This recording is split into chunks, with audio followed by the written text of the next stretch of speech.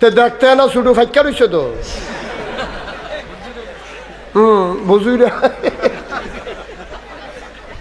আটকা তারে নাম কইলে চিন্তা লাইবেন, গ্রামের নাম কইতাম না। মুরাদনগর মাহফিল গেছি পরে হুজুর আগে খাইয়ালো। আমি আনো কি কি ব্যবস্থা করছো আনো, দেখি যে ট্যাংরা মাছ, শিং মাছ এটা শুনছে। আমার পিএসে কইছে হুজুর গুড়া মাছ পছন্দ করে, দেশি মাছ।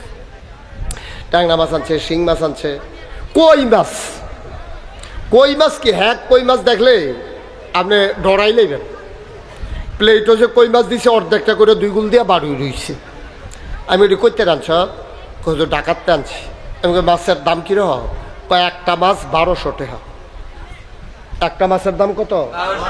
আর ওহনের কথা না, আমি 5-6 বছর আগে একটা মাছের দাম কত রে? এবার বুঝো কই মাছটার সাইজ কিরকম।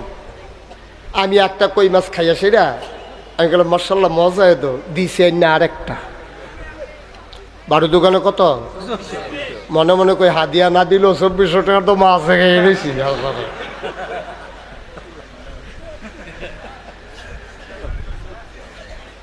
ট্যাংরা শিং খাইয়া সেই রাতে আমার হাইদা খাওয়া জোর করে ওখানে ফ্যাটটা ঠুল লয়ে গেছে। আমি চিন্তা করতেছি আজ যাবো তো ওয়াজ হইতো না, খাইয়ে গড়েন তো হইতা লাউনটা বুঝেই নেব না। তে করছে কি দৌড় দিয়া আইয়া সেরে খুঁজো ভুল হয়ে গেছে। কি ভুল? আপনার যে ডায়াবেটিস, মিষ্টি খাইতেন পারেন এটা জানি, এই জন্য ডাহাতে অর্ডার দিয়া মিষ্টি বানাই আনছি 1400 টাকা কেজি।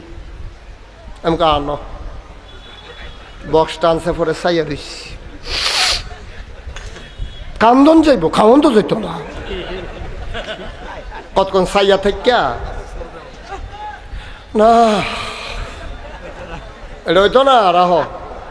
পরে তারে কইলাম যে এটি খাইতাম পারতাম না, এটি যত্ন করে রাখা দে, 2 ঘন্টা ওয়াশ করলে থাকনার লগে কুতুর খালি হইলে এহাদরা খায়াম, কেউ রে ধরতে দিও না, বাহিরি গাড়ি দিয়ে দিও, রাখা খায়াম। এর দূরে তো জিন্দগিটা পারলাম না তো, ওখানে সত্য একটা মিষ্টি খাইতাম পারলাম না তো। আমি কেন এত পাড়াপাড়ি করেন, তাড়াহুড়া করেন? কি করবেন আপনি? পেটটা ভইরা গেলে আপনি পিটানো যাবে, আপনি খাইতে পারবেন? আপনি তো এক রাইতে 4 খানো ঘুমাইতেন না, তা আপনার এত জায়গাত বাড়ি কেড়ে আপনার যে ডাহা বাড়ি, এখন হয় না মালয়েশিয়া, হ্যাঁ নয় না সেকেন্ড হোম কানাডা, কি এতটা নাদান কেড়ে? আপনি এত বড় নাদান কেন? রাষ্ট্রীয় টাকা খরচ করে রাজনীতি করতে আসো অজপাড়াগায়ে, মানুষের ভোটগুলো নেওয়ার পরে আর মনে থাকে না, তখন তুমি নেতা হয়ে যাও। আমার বাংলাদেশের খেটে খাওয়া মানুষের ভোট নিয়া তুমি সেকেন্ড হোম বানাও মালয়েশিয়া কানাডা। আমি বলি যারা বাংলাদেশে থাকতে মন চায় না, বাংলাদেশে রাজনীতি করার তাদের অধিকার নাই, ঠিক কিনা বলো? কি দরকার তোমার বাংলাদেশে রাজনীতি করার? তুমি মানুষের কি কামও লাগবে এটা আমার বুঝ হইছে। তোমার মতো নেতা আমার লাগতো না, তোমার মতো নেতা আমার দরকার নাই। যারা রাজনীতি করো বাংলাদেশে আর থুতু ফালাও গিয়ে আরেক দেশে, সেই দিন একেবারেই বিদায় হয়ে গেছে। আমি মনে করি বর্তমান সরকার যারা এসেছে তাদের এই ইতিহাস জানা আছে। 17 বছর ধরে রেজিম শিকড় গেড়ে বসেছিল, তারা মানুষের সেন্টিমেন্ট বুঝতে পারে নাই। এই জন্য সকল জায়গায় তারা দখল দেওয়ার পরেও বাংলার আবাল বৃদ্ধ ছাত্র জনতা তাকে বাংলাদেশে থাকতে দেয় নাই, ঠিক কিনা বলো? সুতরাং যারা এই ক্ষমতায় আসে তারা যদি আবার এটা ভুলে যায়, তারা যদি মনে করে যে এইরকম হবে, তাহলে পরিণতিও এমনই। রাস্তা ফলাবেন চিন্তা লাগছে তো কেমনি কিতা করণ লাগে, ঠিক কিনা কও? কারো উপকার করতে না পারেন, জীবনে কারো ক্ষতি করেন না। ফেরেশতাকে ডেকে বলবে এই ভিডিও ক্যাসেটটা ছেড়ে দাও। আবার যখন ভিডিও ক্যাসেট ছেড়ে দেবে, এখন ফেরেশতা ক্যামেরা লই আগাইতে আছে। এই রাস্তার মোর্চাটা কখনো কইটা আমরা রাজা মেহার স্কুলের এই পশ্চিম দক্ষিণ কোনারা এহেন দিয়া রাস্তার একটা বাঁক লইছে, তা আগান এই তো মাসাল্লাহ ওই যে হিবাই সাহেবের দোকানটা। আরেকটু আজ্ঞান আগে থেকে তো এটা কি আমরা বাড়ির গেটটা কত ভিতরে ঢুহি তো ঢুকছে ঢুকে সেটা দেখে ফজরের আজান হইতে আছে সব শোনা যায়। এবার আর ও এই ঘরটা কার আল্লাহ এটাই তো আমরা ঘর। তো দেখে ভিতরে গিয়েছে ক্যামেরা দিয়া ধরে দেখে যে এবার ল্যাব গায়ে দিয়া নাক ডাইকা ঘুমাইতে আছে। আল্লাহ কয় ল্যাফের তলে কাটারে আল্লাহ ডালগি দিয়া চান না চাইয়া দেহেতে কি ধরে তুই বলে নামাজ পড়ছ ল্যাফের তলে তুই ঘুমাইতেছ। আল্লাহ গতকালকে মাহফিল আছিল শীতরা গাড়া পড়ছি মাহফিলের কারণে দেরি হয়েছে আর শীতরা করা পড়ছে এর লেগা খালি আজ্জাবটা কাজা হয়েছে। ভাই কোনো কিছু আপনি গোপন করতে পারবেন না, লুকানোর কোনো ক্ষমতা নাই, সব কিছু আপনার চোখের সামনে ভেসে উঠবে। সেই দিন আপনি কি বলবেন আল্লাহ এটাও বলে দিয়েছে ইয়াকুলুল কাফিরু কাফের তখন চিৎকার করে বলবে ইয়া লাইতানি হায় আফসোস কুনতু তুরাবা। আমি যদি মাটি হয়ে যেতাম। আচ্ছা মাটি হতে চাইবে কেন? এটার ব্যাখ্যায় মুফাসসিরিনে কেরাম বলেন আল্লাহ তাবারক ওয়া তাআলা এই মানুষের বিচার করার আগে সকল জীবজন্তু জানোয়ারের বিচার করবেন। গরুদেরকে বলবেন এই গরুরা দাঁড়াও, ছাগল দাঁড়াও, এই তোমাদের কারো কোনো অভিযোগ আছে?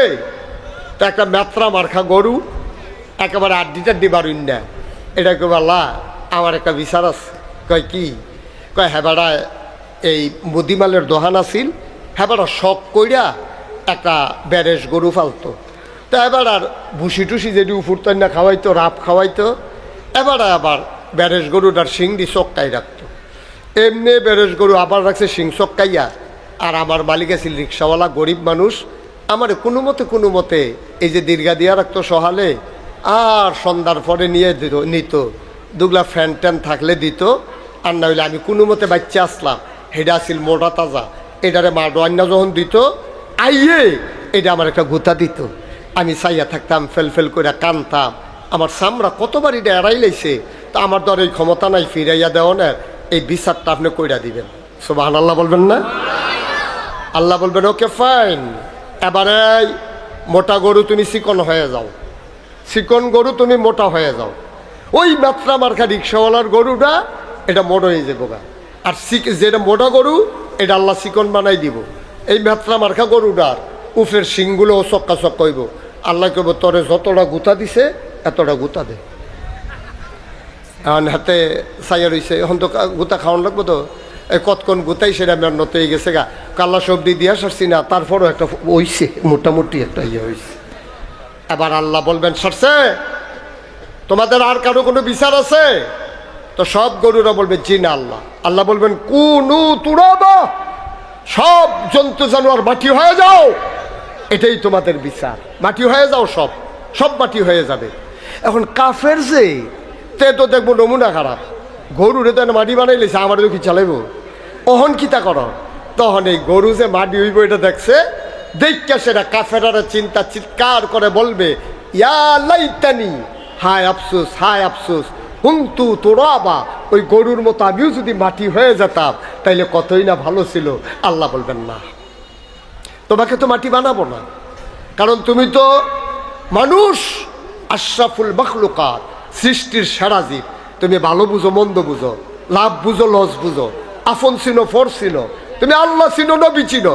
তোমার জন্য কোরআন দিছি, কিতাব দিছি, তোমার সামনে ওলামায়ে কেরাম ওয়াজ করছে, তুমি সেই ওয়াজ শুনছো বুঝছো, কিন্তু নফসের তাড়নায় পড়া দুনিয়াবি স্বার্থের কাছে তোমার বিবেককে বিসর্জন দিয়া তুমি লোভ লালসায় মত্ত হয়ে গেছো, ঠিক কিনা কহ? তো একটা মনে পড়ছে এটা কইলে তা অনেক এলাকায় স্ত্রীর উপরে বেড়াইতে হাত তুলে, আল্লাহর রাস্তায় এটা কইরান না। উমরের জমানায়, হযরত উমরের জমানায় এক বেরিয়ে জামাইয়ের লোকে দুর্ব্যবহার করে। তো জামাইয়ে একটু সহজ সরল আর কি, দুর্বল, তো জামাই আর ফিরাইয়া ধরে না। তো জামাই একদিন কইছে শোনো, তুমি যে আমার লোক এমন করতে আসো, আমি যদি উমরের কাছে বিচার দেই তখন কিতা করবা? ধরে রাখছে কেডা, বিচার দিবে না গিয়া? এই কথা শুননা সেরা বেড়া কয় দেখ সত্যি কারবারটা উমর রোদ ডরায় না। তো কই আলাইছে হন তো নাবার হইয়া পারে না। বাড়ি উমরের বাড়ির গাড়াত গেছে, গিয়া দাঁড়াই রয়েছে, উমর আইলে বিচার দিব। এমন সময় দেখে উমরের ঘরও তুফান চলতে আছে। আরে না সরষা আর বিচারে লাগতো না, আমরা তো মাশাআল্লাহ তারার তো অনেক ভালো আছি।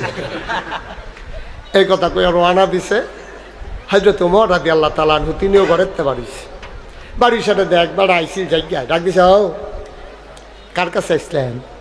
ইসলাম তো আপনার কাছে। কত জানগাতি কোনো সারছে সারছে কি তা কোনা ওই যেই কারণে আসলাম বুঝইছে কাউ কিতা। আরে কিতা কইতাম, আইসলাম আপনার ওয়াইফের ব্যাপারে একটু বিচার দিতাম। আইয়া দেখি আমার গরু তো হুদা আগুন, আপনার গরু দি দাও দাও।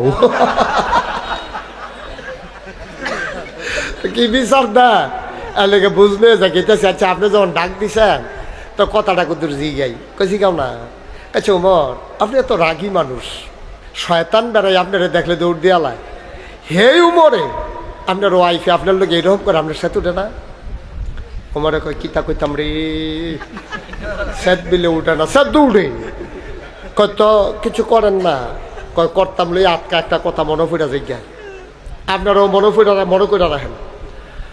অমর কয় মহিলাটা যখন আমার সাথে একটু গরম ব্যবহার করে আমারও রাগ হয়, কিন্তু আমি একটা কথা চিন্তা করে আর রাগ হই না। আমি চিন্তা করি এই মহিলাটার বাড়ি কোনো এটা না, মহিলা আমার কাছে বিয়ে বইছে, বিয়ে বসার কারণে মহিলাটা নিজের মা ছাড়ছে। খেয়াল করেন, মহিলাটা নিজের রাজা মেহেরার একবারায় মনে করেন বিয়া করছে মরিসা, মরিসার মাইয়ারায় বিয়া বওয়ার কারণে মা ছাড়ছে, বাপ ছাড়ছে, বাড়ি ছাড়ছে, ঘর ছাড়ছে। যেই বালিশটাত মাথা রাখতো এই বালিশটাও হালাই আইছে। শুধু ভাই বন্ডি বেড়াইয়া আফা আফা কইয়া কাঁদছে, কিন্তু তাই বিয়া বওয়ার কারণে আইয়া পড়ছে রাজা মেহার। ও মুসলমান, হযরত উমর কয় এই মহিলারা আমার কাছে বিয়া বইয়া বাড়ি ছাড়লো, ঘর ছাড়লো, মা ছাড়লো, বাপ ছাড়লো, নিজের বালিশটাও ছাড়লো, ভাই বোন ছাড়লো, বাড়ি ঘর ছাড়লো। সব কিছু যদি মহিলাটা ছাড়তে পারে, আমি বুঝি মহিলাটার রাগটা একটু হজম করতে পারি না। আমি অনেক বছর আগে ইন্ডিয়াতে, এখন তো আর ইন্ডিয়া যাইতাম পারি না, ইন্ডিয়াতে মাহফিলে গেছিলাম। গিয়ে দিই বাসজারের তলে দিয়া ফিস করা রাস্তা, এমন সুন্দর রাস্তা, একটা কোনো উডুন না নাই, বাসজারের তলে দিয়া শ্যাওলা ফইরা রয়েছে, গাড়ি ঘোড়া চলে না। আমি জি গেলাম, ভাই এত সিফার বিদ্যা ফাঁকা রাস্তা, এটা হয়েছে কয় বছর? হুজুর 15 বছর হয়েছে। সত্য, আমি নিজের চোখে দেখে আসছি। আপনি বিশ্বাস করেন 15 বছর হয়েছে রাস্তাটা করছে, মনে হয় যেন 1 সপ্তাহ হয়েছে না রাস্তাটা যে করছে। এত সুন্দর করে করছে, ওইখানে তারা সুন্দর করে করে। আর আমরা কাজ করণের আগে ওই যে বেড়ায় কাজ দেয় হেবাড়াও কয় তুই সারাটা জীবন দলটা করছত, কি তার কইরা খাইবি, তোর এই বিরিজটা দিলাম, এটা কইরা খাইবি। তেহাতে বিরিজটা করে, তো করতে গেতে তো চিন্তা করে আমারও তো আর ব্রিজ দিত না এই 5 বছরের ভিতরে, এইটাতে যেটা উপরে এইটা তো বাকটাক করে আমি কোনো মতো চললে ফিরে খাওয়ান লাগবো। তো হ্যাতে চিন্তা করলো রড দিলে কী অবস্থা হইব, অনেক টেহা যাইব। কেটাই বিলে তারে বুদ্ধি দিছে, কটা বাঁশ দিয়ালা। ভাই কল যায় মানে এই দেশটা আমার না, এই দেশটা আপনার না। যে কন্ট্রাক্টারি করে থেকে পাকিস্তানতে আইসে না ইন্ডিয়াতে আইসে, তেও তো বাংলাদেশের। এই জাতি আগাবে কেমনে? রেজিম চেঞ্জ হবে, সরকার বদল হবে, আমাদের নৈতিক মান যদি উন্নত না হয় তো এই দেশটা বদলাবে কেমনে? কেমনে বদলাবে কোন? বদলায় না তো, এই জন্যই বদলায় না। মালয়েশিয়ায় আমি দেখলাম রাস্তায় থুতু ফালাইলে জরিমানা, কেউ যদি রাস্তায় থুতু ফালায় জরিমানা। আমি জানালা খুলছি, ফলাবাইনে ড্রাইভারে কহুজুর জানালা খুলছেন কে রে? আমি গাড়ি থুতু আইয়া পড়ছে মোহ, গাড়ির পরে সাবধান, গাড়ি দাঁড় করাইলে ওয়াশরুমে গিয়ে থুতু হালাইয়েন, না হইলে জরিফানা সিসি ক্যামেরা জোড়া রাখছে। তাইলে হেইটান্ডি নিজে তো হাল হায় না, আমারও হালাইতো দিছে না, এই তার তো আইয়া থুতাইয়া হেবাড়ার এই সুন্দর রংটা বেড়াইয়া তে চিত্রা ফাঁকড়া করে লাইছে না। তে এই খাচ্ছত কেমনে বদলাইব আমরা? এই জাতি বদলাবে কেমনে? বিদেশ গিয়ে আইন মানে, দেশ হইলে হেতে আবার আইন ভাঙ্গে। আপনি একটা কাগজ দেখবেন না পুরা রাস্তায়। আর আমার দেশে ময়লার আবর্জনা। কারণটা কি? কারণ হচ্ছে আমাদের অনুভূতি নাই, আমরা মানুষ হতে পারি না, আমরা মানুষের নমুনা ধরছি, আমরা মানুষ হইছি না। আল্লাহ বলছেন ইয়ানজুরুল মারউ মা কাদ্দামাত ইয়াদা, তুমি যা করতেছো তোমার সিসি ক্যামেরা ফিট করা আছে, সিসি ক্যামেরা তোমার পেছনে ফিট করা। তুমি থুতু ফালাও, এইটাও আল্লাহ দেখেন। তুমি মানুষের উপরে জুলুম করো, এইটাও আল্লাহ দেখেন। তুমি অন্যায় করো, এইটাও আল্লাহ দেখেন। সুতরাং কোনো কিছু বাদ যাবে না। আল্লাহ যখন গরুদেরকে বলবে কোনু তুরাবা, তোমরা সব মাটি হয়ে যাও, এবার কাফেরেরা বুঝবে এটাই তো ভালো, শাস্তি পাওয়া লাগলো না, মাটি হয়ে পড়ে রইলাম।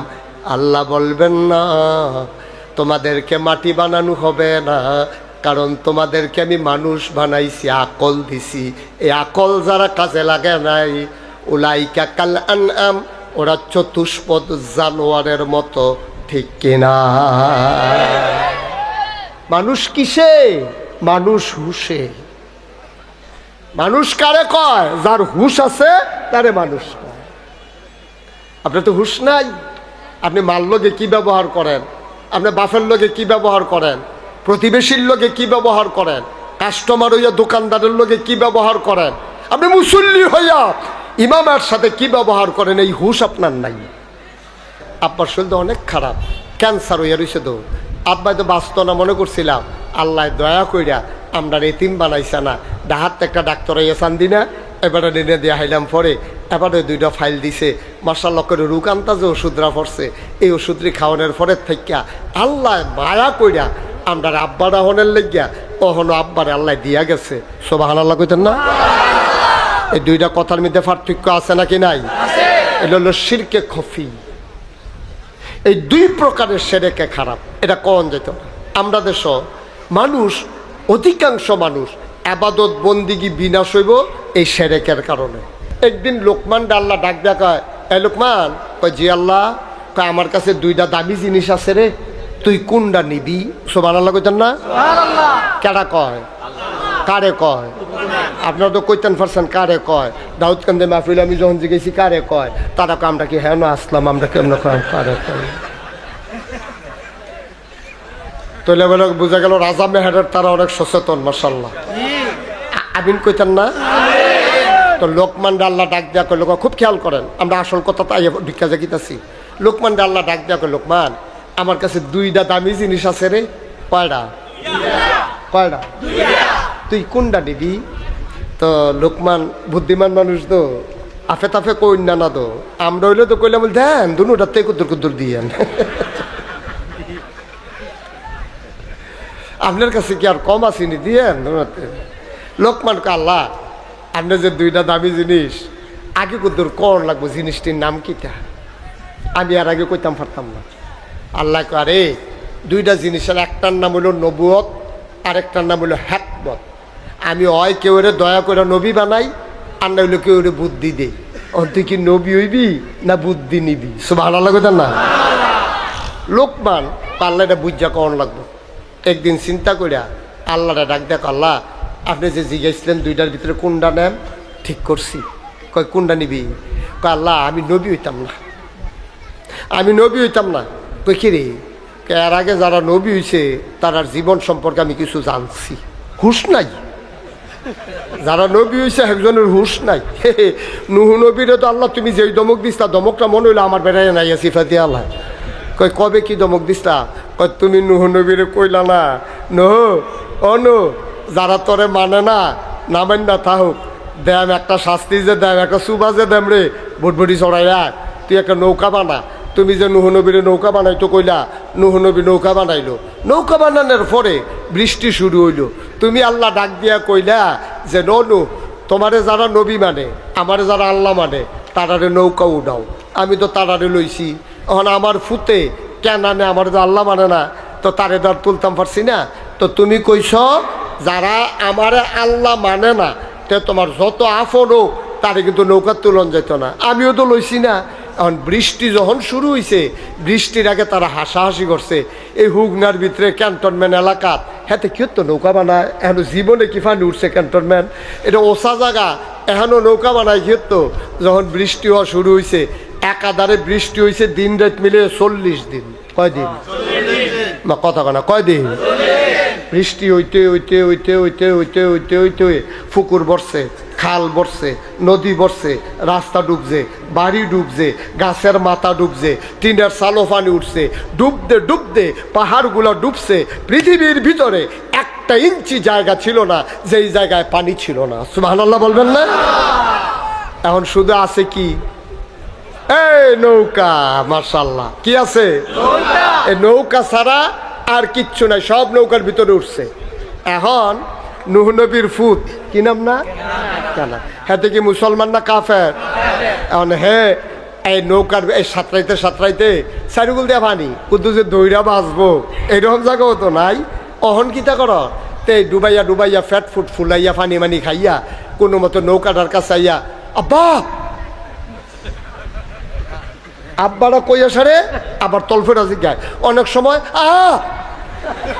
12টা পর্যন্ত যায় না, পানি শরীর বার হয়ে গেছে কত, ফ্যাট ঠুল ঠুল হয়ে গেছে কত, তাই কইয়া সারে আবার পানির তলে জিজ্ঞায়। আচ্ছা ও ফুত কাফের হোক আর মুসলমান হোক, কোনো বাফের সামনে ফুতে যদি এমনি কান দে আর আত্রা বাড়াই দেয়, কোন বাফের ধরতো মনো না কয়? হ্যাঁ নবী দেখে কি মায়া নাই? নূহ নবীর কলজারা বর্ষা দিয়ে উঠছে, আরে তে আবার ফুতে রে, তে তো পানির নিচে ডিব্বা মরিয়ে না যাবো গা। তখন এই নূহ নবীর মায়া লাগিয়া গেছে গা। মায়া লাগিয়া আল্লাহর কথা সাময়িক সামান্য সময়ের জন্য উনি এইটাতে মায়াটা বেশি গালে বয়ে গেছে। তখন উনি আত্রা বাড়াই দিয়া কয়, ইয়া বুনাইয়া, এই আমার কলজার টুকরা আর কে না তুই আমার লোক উঠটালা রে না উঠটালা কইয়া আত্রা বাড়াই দিছে। আল্লাহ দেখেনিও ঘুমাইলেছে সব, কার লোক ওয়াজ করতে আসি কথা না হইল।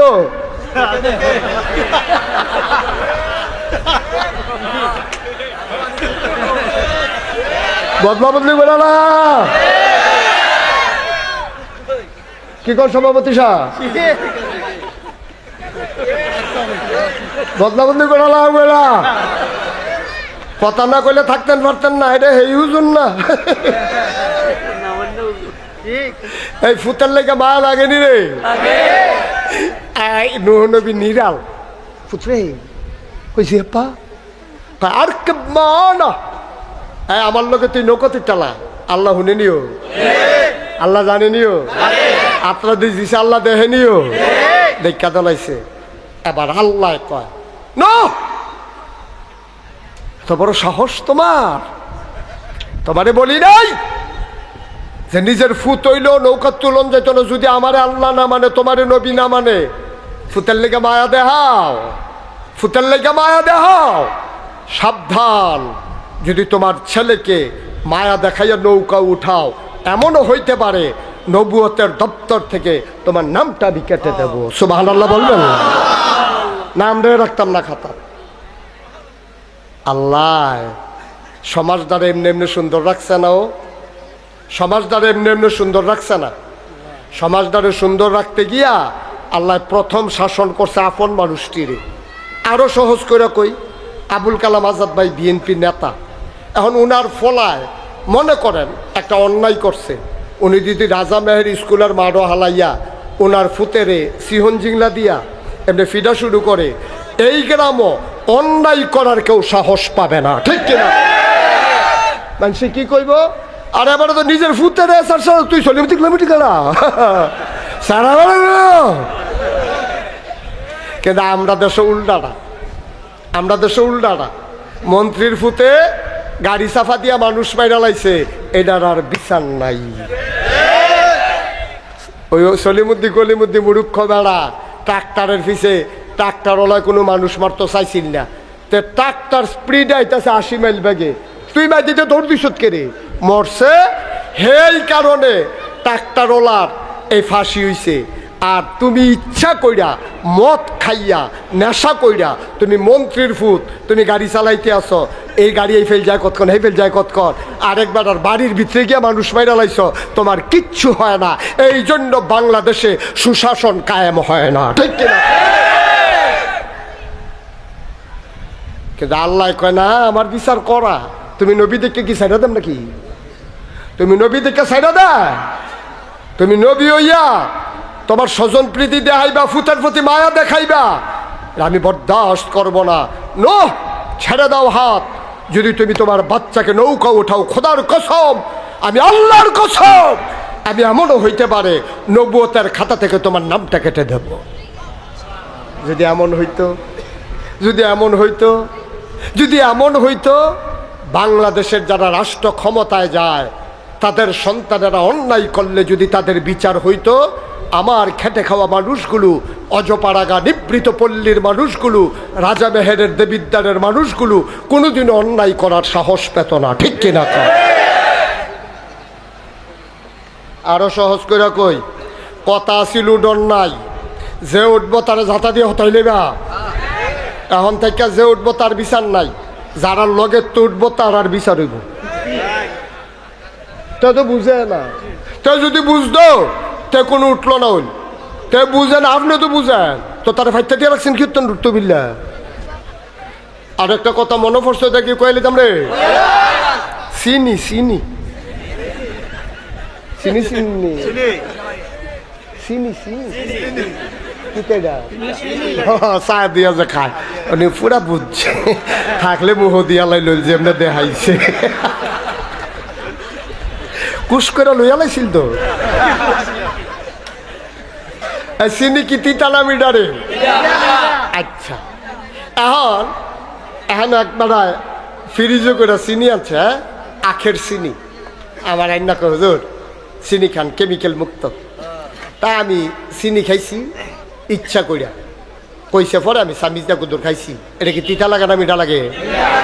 আমি আবুল কালাম ভাই বলে, আবুল কালাম ভাই এই চিনিটা অনেক ফাইন, অনেক চিনি তো খান কেমিক্যাল টেমিক্যাল মিয়াইন না, এরকম আমরা এলাকার চিনি, খেজুর এই আখ দিয়া বানাইছে, এই ইক্ষু দিয়া কৈশোর দিয়া, এটাতে কুদুর এক চামিচ চিনি খান। আমি চিনি খাই না হুজুর। আরে কি চিনি খান না, খান, এটা ভালো চিনি।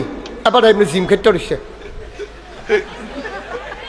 আমি কই ধর, এবার ধর, দুইজনে ধর। তখন দুইজনে জাতা দিয়া ধরছে, সামিজ দিয়া আড়া দিয়া আঙ্গুলের মাথাত কইরা কুদ্দুর চিনি যদি আবার আর মুহ লাগাই দেই, তিতা লাগবো না মিঠা লাগবো? চিনি হইলো এমন একটা জিনিস, এটা ইচ্ছা কইরা খাইলেও মিঠা, এটারে জোর কইরা বাইন দেয়া ফালার লগে হ্যাঁচড়াইয়া তারে খাওয়াইলেও। সুতরাং ওয়াজ এমন একটা জিনিস, কেউ ইচ্ছা করে শুনলেও সোয়াব, তারে ফালার লগে বাইন দেওয়া হনাইলেও সোয়াব।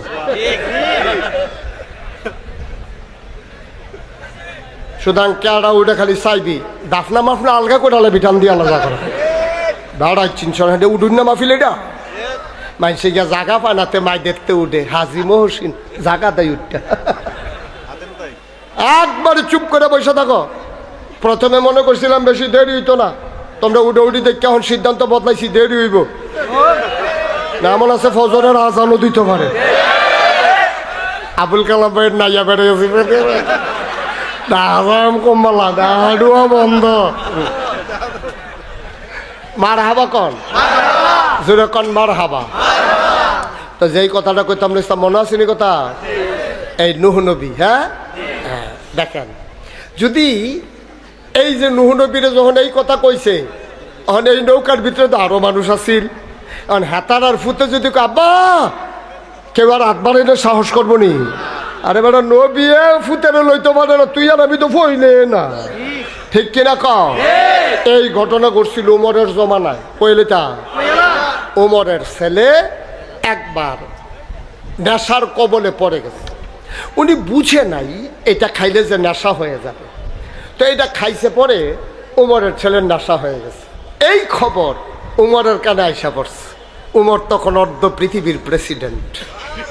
সব আড়ালা কইতেন না, এই মিষ্টি কুমড়াটারে একটা কূপ দিয়া দুই ভাগ করলে অর্ধেকটার প্রেসিডেন্ট ছিলেন উমর।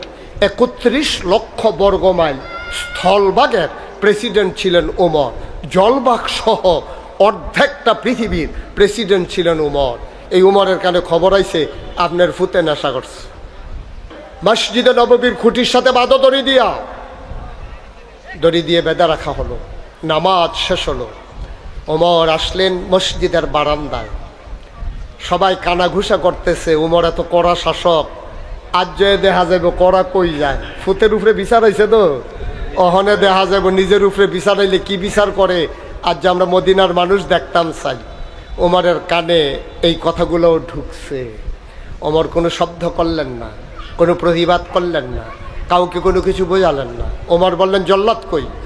জল্লাদ বললেন লব্বাই ইয়া আমিরাল মুমিনিন, হে ওমর, এই যে জল্লাদ হাজির, চামড়ার চাবুক নিয়ে আসো। মদ পান করলে 80 দৌড়া। কয় দৌড়া? কথা বলা, কয় দৌড়া? আবার উমর বললেন তার কাপড়গুলো খুলো, গায়ের কাপড়গুলো খুলে ফেলো। পিঠের পাঞ্জাবি খুলে ফেলা হলো। ওমর বললেন তাকে দৌড়া মারা শুরু করো। ওমর নিচের দিকে তাকিয়ে আছেন, চতুর্পার্শ্বে পিন পতন, নিস্তব্ধতা, একটা শব্দ করার সাহস কারো নাই। পর্দার আড়াল থেকে ওমরের স্ত্রী, ওই বাচ্চার মা বসে বসে কাঁদতেছেন। আমার ছেলে ইচ্ছাত করে পিটা মারে। এবার উমরের ছেলে তো জল্লাদ যখন ফিটা দেয় এমনি ন্যায় জুড়ে খিসে আসতে, নমুনা যে ধরে মনে তার ভাই ঢালাইব কি উমরে দেখ কালাইছে। ওয়াহেদ ইসনা সালাসা, 3টা গুন্না লাইছে। ওমরকে চুপ, বন্ধ করো, চাবুক করা। বন্ধ করা হলো। ওমর বলল চাবুকটা আমার কাছে দাও। সুবহানাল্লাহ বলবেন না? আপনি ইসলামের কিছু বুঝছেন? আপনি ইসলাম নিয়ে মস্কারা করেন, আপনি আলেম ওলামারা নিয়ে টিটকারি মারেন। আমি মুশতাক ফয়েজি ইসলামকে হয়তো ধারণ করতে পারি নাই, কিন্তু ইসলামকে যারা ধারণ করেছে, আল্লাহর ইসলামের ভিতরে যেই পরিপূর্ণতা আছে, পৃথিবীর কোনো ধর্ম, কোনো রাষ্ট্র ব্যবস্থা, কোনো ভদ্রতা, সভ্যতা, কোনো জায়গায় এই পরিপূর্ণতা নাই। ঠিক কিনা বলো? আমারই দিয়ে ওনারই দিয়ে ইসলাম যাচাই করলে হবে না তো। ইসলামের বাস্তব নমুনা তুমি কিছু দেখছো? কিচ্ছু। হযরত ওমর টান দিয়া চাবুকটা নিলেন, নিয়ে আবার চাবুক মারলেন। এক জল্লাদ বলতেছে 3টা হয়েছে, 4 হবে। কয় না, 3টা মিলেও আমি একটা ধরি না, তোমারগুলো হয় নাই। মারলেন একটা, চামড়ার সাথে, চাবুকের সাথে চামড়াটা উঠে চলে আসলো। হযরত ওমর আর জল্লাদের হাতে দিলেন না, নিজের হাতে চাবুক মারা শুরু করলেন। ছেলেটা চাবুকের আঘাতে আঘাতে জর্জরিত হয়ে গেল, বেহুশ হয়ে গেল। ওমরের স্ত্রী, বাচ্চার মা একজন রে দিয়া খবর পাঠাইছে, কোনো মা তার সন্তানের ব্যাপারে আর্জি করতেছে, কোনো স্ত্রী তার খলিফার কাছে, শাসকের কাছে দরখাস্ত দেয় না। দুঃখিনী এক মা তার বাচ্চার ব্যাপারে আবদার খলিফার দরবারে। খলিফা যদি বাচ্চাটাকে ছেড়ে দেয় আর যদি বাকি চাবুকগুলা না মারে, তাইলে প্রতিটা চাবুকের বিনিময়ে আমি একটা করে কি বলে সদকা দিয়ে দেব, একটা করে ছাগল আমি সদকা করে দেব, যদি বাকি পিঠাগুলা মাফ করে দেওয়া হয়। ওমর নিচের দিকে তাকাইয়া ঘর ঘর করে বললেন, এখানে বলে দাও কোনো মহিলার কোনো কথা নাই, আমি কোনো মহিলার ছেলেকে শাস্তি দিতেছি না, আমি শাস্তি দিতেছি আল্লাহর এক পাপী বান্দাকে। বাপ বাপ বাবা,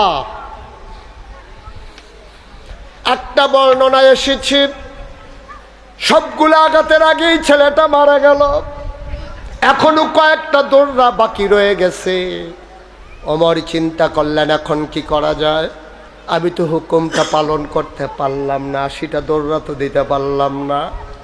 ওমর বলল তাকে কবরে শোয়াও। বাচ্চাকে কবরে ঘুম পাড়ানো হলো। ওমর চাবুকটা নিয়ে বাকি দৌড়াগুলা কবরের উপরে মারলেন। আল্লাহকে সাক্ষী রেখে বললেন, মাওলা ও রব্বে করিম, আমি তোমার একটা নাখান্দা গোলাম, আমার উপরে তুমি শাসনের ক্ষমতা দিয়েছ, কিয়ামতের ময়দানে আমি যেন আটকে না যাই। আমি যতগুলা পেরেছি জীবিত অবস্থায় তার পিঠে মেরেছি, বাকিগুলা তার কবরের উপরে মারলাম, আমাকে মাফ করে দিও। এবার মারতে মারতে তিনি যখন শেষ হয়ে গেল, তিনি মসজিদে ঢুকলেন। এবার হাউমাউ করে কাঁদতে শুরু করলেন। আল্লাহর দরবারে ডাক দেয়া কয়, আল্লাহ আমি আমার দায়িত্ব পালন করেছি। ছেলের নাম ধরে বলতেছে, ও আমার সন্তান, ও আমার কলিজার টুকরা, ভয় পাইস না, দুনিয়ার আঘাত কোনো আঘাত না, আমি আমার দায়িত্ব পালন করলাম, তুমি তোমার শাস্তি নিয়ে নিলা। আমি বিশ্বাস করি তোমার আমার দেখা হয়ে যাবে জান্নাতের সিঁড়িতে। তারা দুনিয়ার চাইতে জান্নাতকে বেশি গুরুত্ব দিচ্ছে। তারা দুনিয়ার চাইতে জান্নাতের দাম দিছে বেশি আব্বা। আর আমরা দুনিয়া নিয়ে পাগল হয়ে গেছি। ভাই মনে কষ্ট নিয়েন না। আমি মুশতাক ফৈজি, আল্লাহ আমার অনেক অভিজ্ঞতা দিয়েছে। ৩৬ বছর তো ওয়াজে করি, দেশে দেশের বাইরে ৩৬ বছর ধরে ওয়াজ করতে আছি। ভাই আমি খেয়াল করে দেখলাম, আপনি কি লেগে ফাড়াফাড়ি করেন? মনে করেন আপনার একটা থাকার জায়গা আছে, মনে করেন চলার মতো একটা গাড়ি আছে, মনে করেন আপনার খাওয়ার পরিপূর্ণ ব্যবস্থা আছে, আপনার আর কি চাই? কি চাই আর? খুব খেয়াল করেন, আমি সিহন একটা কথা কইছি, খানার ব্যবস্থা আছে, থাকার ঘর আছে, চলার মতো গাড়ি আছে, এরপর আপনার কি দরকার? দেখছি তো ফাড়া যায় না তো। আমি বুঝি আমার রাগটা একটু ছাড়তে পারি না, এই জন্য আমি আর রাগ হই না, আঘাত করি না। অমুসলমান, এই আব্বা আম্মা তুমি চিনবা সেই দিন যেদিন হারাইবা। আমি মুশতাক ফৈজি, আমার আব্বা দুনিয়াতে নাই। যখন কোথাও মাহফিলে যাই, বাচ্চা ছেলের আমার হাতে ধরে মুরব্বীরা যখন কান্দে আর কয় হুজুর দোয়া করে দেন, আব্বার জন্য আম্মার জন্য দোয়া করে দেন, আমি হাতটা বাড়াই, আমি হাতে ধইরা দোয়া করি আর চোখের পানি ছেড়ে দিয়ে কান্দি। আমারও তো আব্বা নাই, আমিও তো আব্বা ডাকতে মন চায়, আমার আব্বা নাই, আমি আব্বা বলে ডাক দিতে পারি না। আমি কার কাছে দোয়া চাইব? আমি বাড়িতে যাই, ঘুমাইতে যাই, আমি ঘুমাইতে পারি না। ওরা যাবে হারের মুসলমান, মুশতাক ফৈজি যদি কোনোদিন আর না আসে, কোনোদিন যদি তোমাদেরকে না ডাকে, মনে রাখবা আমি এসেছিলাম, মনে রাখবা কথা কয়টা বলে গেলাম। মাইনা মাইনা মাইনা মাইনা চইল। কি হইল এটা?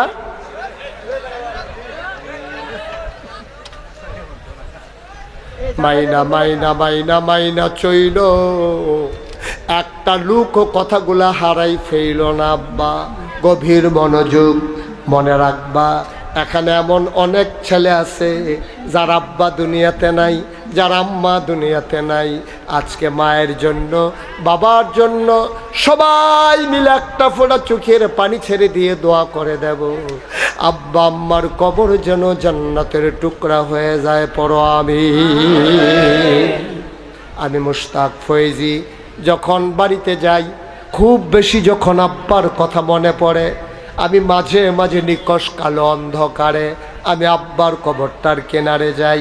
নিকশ কালো অন্ধকার, কেউ জাগনা নাই, পাখিগুলো আপন নিরে ঘুমিয়ে পড়েছে, গরুগুলো গোয়াল ঘরে, বাওয়ারিশ কুকুরগুলো নিরাপদ আশ্রয়ে, ছোট্ট শিশুরা মায়ের বুকে মুখ রেখে ঘুমায়, প্রিয়তম স্বামী প্রিয়তমা স্ত্রীকে নিয়ে ঘুমায়, কেউ জাগনা নাই। আমি বাবার কবরের কিনারে গিয়া দাঁড়াই, আমি বাবার মাথা বরাবর বসে বসে বাবারে ডাক দেই, বাবা ও বাবা, কেমনে তুমি এই অন্ধকার কবরে থাকো? কি খাও তুমি? কি জান্নাতের বিছানা তোমারে দিছে নাকি? আমি আব্বার লগে কত কথা কই, আমার আব্বা একটা কথার জবাবও দেয় না। আমি ঘুমাইতে যাই, আমি ঘুমাইতে পারি না, সারাটা রাত আমার শুধু বাবার কথা মনে পড়ে। রাজা বেহারের মানুষের যারা আব্বা কবরে শোয়াইছো, আম্মা কবরে শোয়াইছো, তোমার আব্বা তোমার আম্মা রুহানে হালাতে মাহফিলের চতুর্দিক দিয়ে এসে দাঁড়িয়ে আছে, ডেকে ডেকে কয়, সন্তান আমি কি 10 মাস 10 দিন তোরে পেটে ধরি নাই? আমি কি 2.5 বছর আমার বুকের দুধ তোরে খাওয়াই নাই। আমার আব্বা নাই, আমার আম্মা আছেন। আমি যখন মাহফিলে রওনা করি, মায়ের কাছে গিয়া যখন বলি আম্মা আম্মা মাহফিলে যাব, আম্মা আমার দিকে তাকায়া ফেল ফেল করে কান্দে। আমি বলি মা কান্দো কেন? আমার মা কয় বাবা তুমি যখন মাহফিলে যাও সারা রাত ঘুমাইতে পারি না, কত অ্যাক্সিডেন্টের খবর পাই, মনে বড় ভয়, না জানি কি হয়। তুমি যতক্ষণ বাসায় না ঢুকো আমি আর ততক্ষণ ঘুমাইতে পারি না। এমন তোরা আমার মতো যাদের মা দুনিয়াতে আছে, যাদের বাবা দুনিয়াতে আছে, আজকে মাহফিল থেকে গিয়া আব্বা আম্মার পায়ের কাছে বইসা দুইটা ফোঁটা চোখের পানি ছেড়ে দিবা। ওই চোখের পানি দিয়া বাবা মায়ের পা গুলা ভিজাইয়া ডাক দিয়া বলবা আব্বা নাগাইশের হুজুর বলে গেছে তোমারে কষ্ট দিয়া বলে জান্নাতে যাওয়া যাবে না গো আব্বা। ভাগ্যবান তুমি, তুমি ভাগ্যবান যদি বাবার কাছে মাপ চেয়ে নিতে পারো, মায়ের কাছে যদি মাফ চেয়ে নিতে পারো, তুমি ভাগ্যবান। মা যার নাই,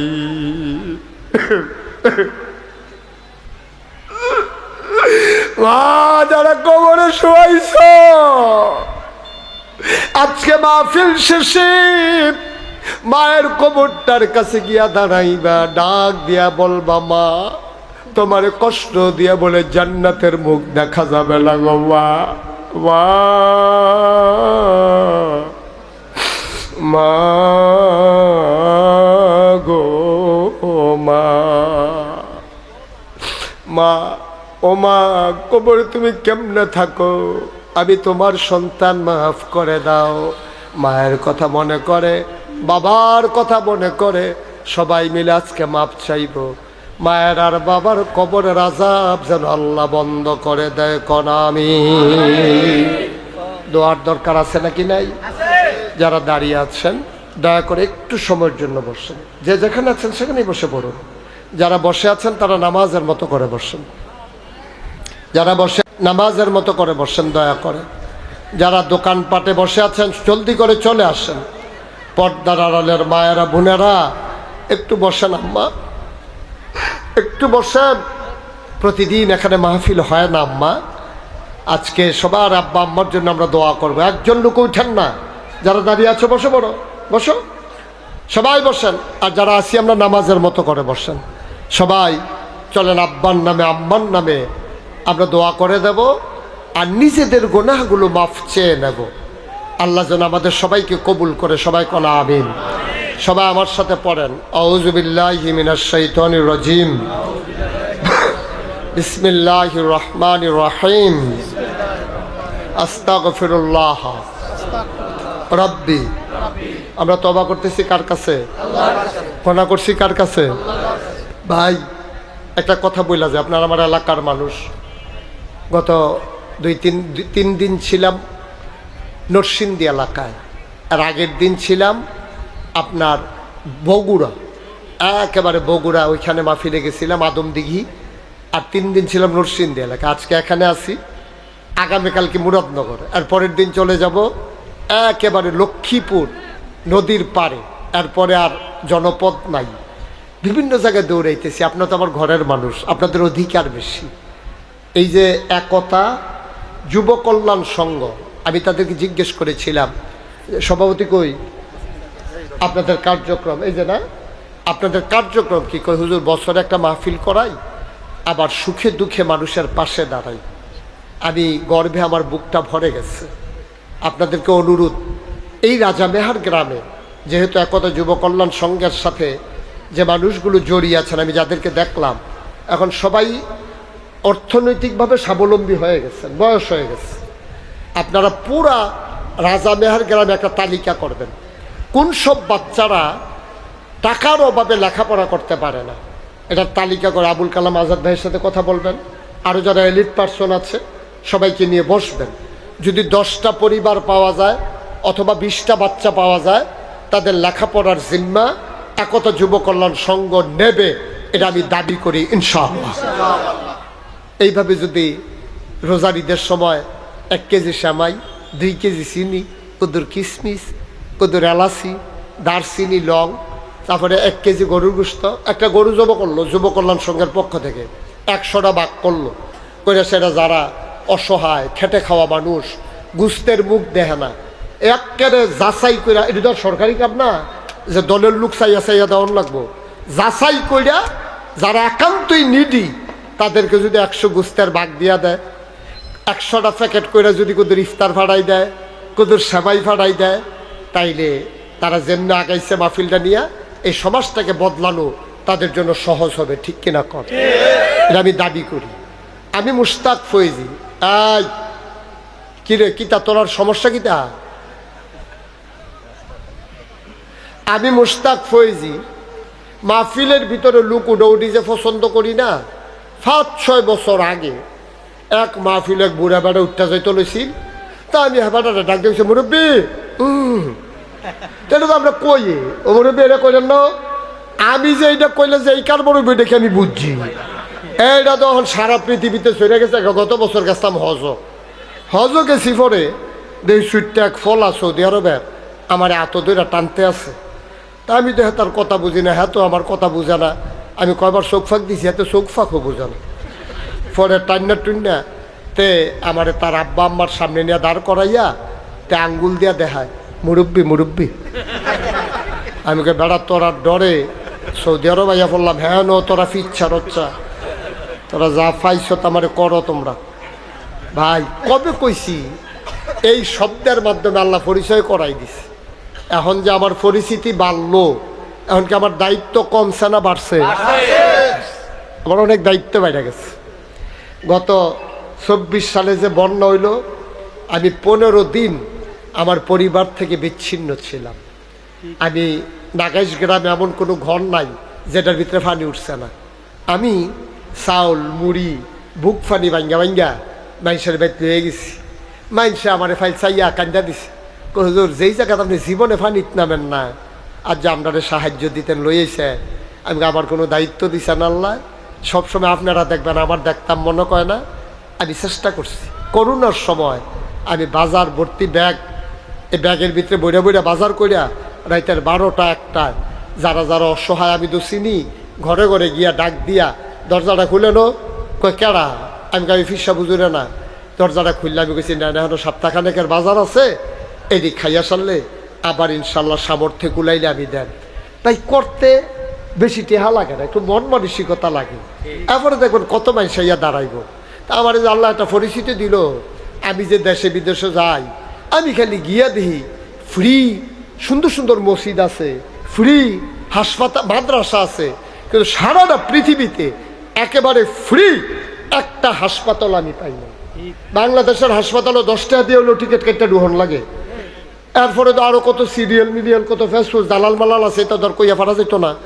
এখন আমি চিন্তা করলাম, আল্লাহ যেহেতু আমার একটা পরিস্থিতি দিছে, ইনশাআল্লাহ আমি বাংলাদেশে শুরু করাম একটা ফ্রি একটা হাসপাতাল করা। আলহামদুলিল্লাহ কইতেন না?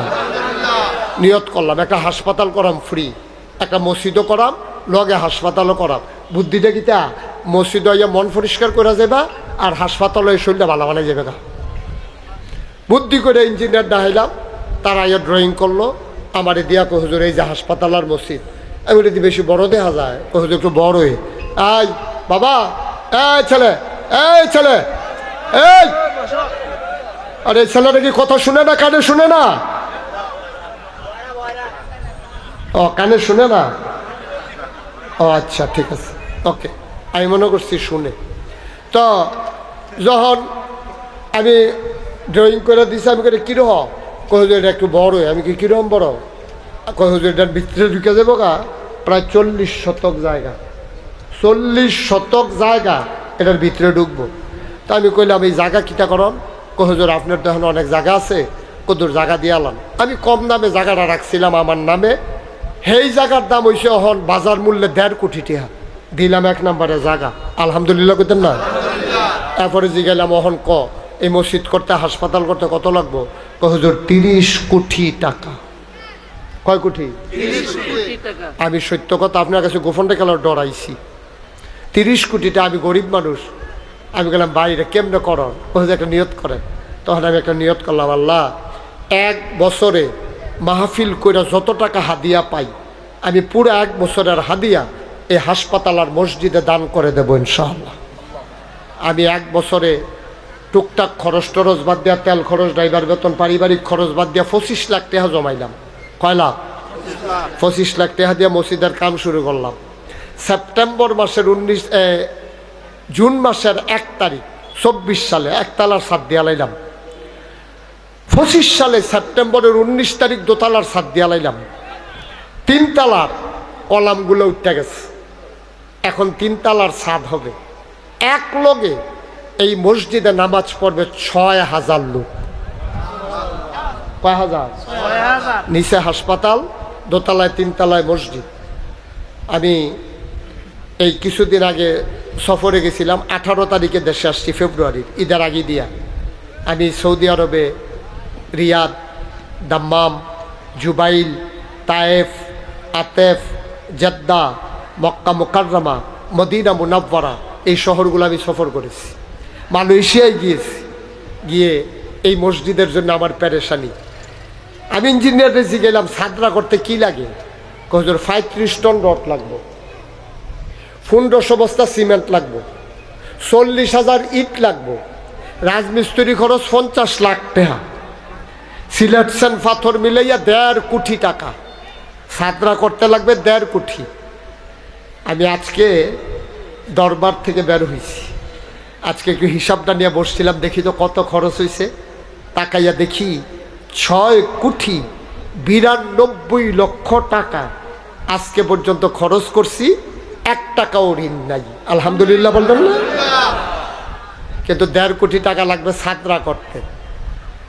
আপনারা চিন্তা করেন, হুজুর এত টাকা পাইলেন? 6,92 লাখ, 7 কোটি দই গেছে গা। আপনি দিচ্ছেন 25 লাখ, বাহিতে আইলো করতে। খালি একদিনের কথা কই বুঝবেন। আমি মাদ্রাসাত নাই, এক ভিক্ষা করেন না মহিলা হগিন্দি বেডি ভিক্ষা করে সন্ধ্যার সময় মসজিদের কাছে দেওয়া যাইতেছে, ফলাফাইন খেলে। ফলাফাইনটা কয়, ও এই ফিসা বুঝুর এটা কি তা বানায় এতরা এত বড়? কয়টা মসজিদার হাসপাতাল। কারি পাফুরে এতরা মসজিদার হাসপাতাল, তোমার কাছে খাড়ি টাড়ি আসেনি? বা আছে তো, আইনা দিছে পরে বেরিয়ে সারাদিন ভিক্ষা করে যেই চাউল দি পাইছে সব দি চাউল খাড়িটার ডাইলা দিয়ে কানতে আছে। হুজুর কইও আমার লেগে দোয়া করতো, আমি তো গরিব মানুষ, কিছু দিতাম পারলাম না, এই চাউল দিয়ে আমি দিয়া দিলাম মসজিদও, আমার লেগে যেন দোয়া করে। সুবহানাল্লাহ কইতেন না? আমি যখন মাদ্রাসায় গেছি, ছেলেরা যখন আমার এই কথাটা বলছে, আমি ঘুমাইতে পারি নাই সারাটা রাত। আর একটা ভিক্ষা করা মহিলা তার সারাদিনের কামাইটা দিয়া দিছে।